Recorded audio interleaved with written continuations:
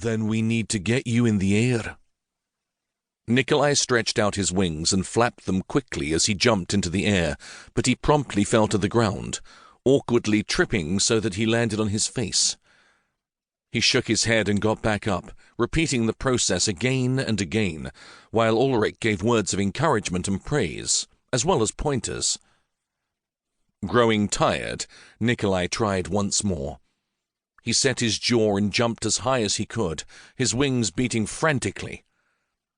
The wind glided over him a heartbeat before his wings caught a current, and this time he didn't fall. With each beat of his wings he flew higher. A large shape came beneath him. Ulrich smiled up at him. "Your parents would be proud." At the mention of his family, Nikolai dipped a wing and made a wobbly turn to fly over their bodies. Ulrich remained with him the entire time. After several passes, Nikolai said, "I do not want to leave them." "I know, lad, but you can no stay either. We'll return with some of my silvers to give them a proper burial." Nikolai's stomach rumbled then, reminding him that it had been hours since he'd eaten. "I'll hold you to your word." Ulrich's response was a nod of approval. They didn't speak again as they approached the land of the Silvers. It bordered the Ivories, and though the two clans weren't enemies, they weren't exactly allies either. That was something Nikolai's parents had felt relevant enough to teach him as soon as he hatched. Nikolai's wings grew tired, but he refused to say anything to Ulrich. He still wasn't sure what to make of the fact that the King of the Silvers was taking him in. No sooner had Ulrich begun to descend from the sky than he suddenly swung around. The king's wing nudged him, and Nikolai obeyed the silent command. It wasn't long until he saw the reason. Avgust, the king of the Ivories, was flying toward them. The three landed. The fact that Nikolai didn't trip over his feet made him puff out his chest as he stood next to Ulrich, even if his wings did tremble from the exertion. The two kings shifted to their human forms. Word quickly spread, and soon both silver and ivory dragons gathered around them. "What are you doing with one of my dragons?" Avgust demanded. Ulrich glanced at Nikolai. "Helping him."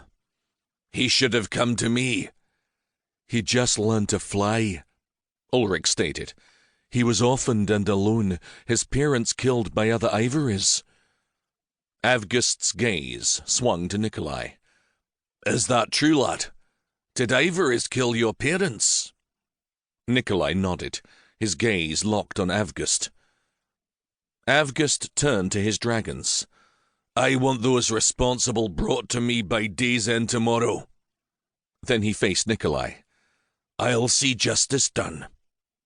Nikolai bowed his head as he said, "Thank you," through the mental link. "Come here, lad," Avgust said. Though Nikolai couldn't pinpoint what it was, something told him to remain with Ulrich. He was trying to find the words to tell his king when Ulrich put his hand on Nikolai's back. "We'll meet tomorrow for the burial of his parents, and to see those responsible brought to justice," Ulrich declared. Nikolai looked up at the King of the Silvers. Ulrich remained calm, but his voice brokered no argument. His father would have liked Ulrich. As young as Nikolai was, he understood the great dragon Ulrich was, and that Avgust was afraid of him. With a curt nod, Avgust shifted, and all of the ivories flew away. Nikolai watched them, not at all concerned that he was no longer with his clan. When he looked back at Ulrich, the King of the Silvers was once more in dragon form. "If you wish to go with your clan tomorrow, I understand, but," Ulrich said, "if you want to remain with me, you'll be in my household.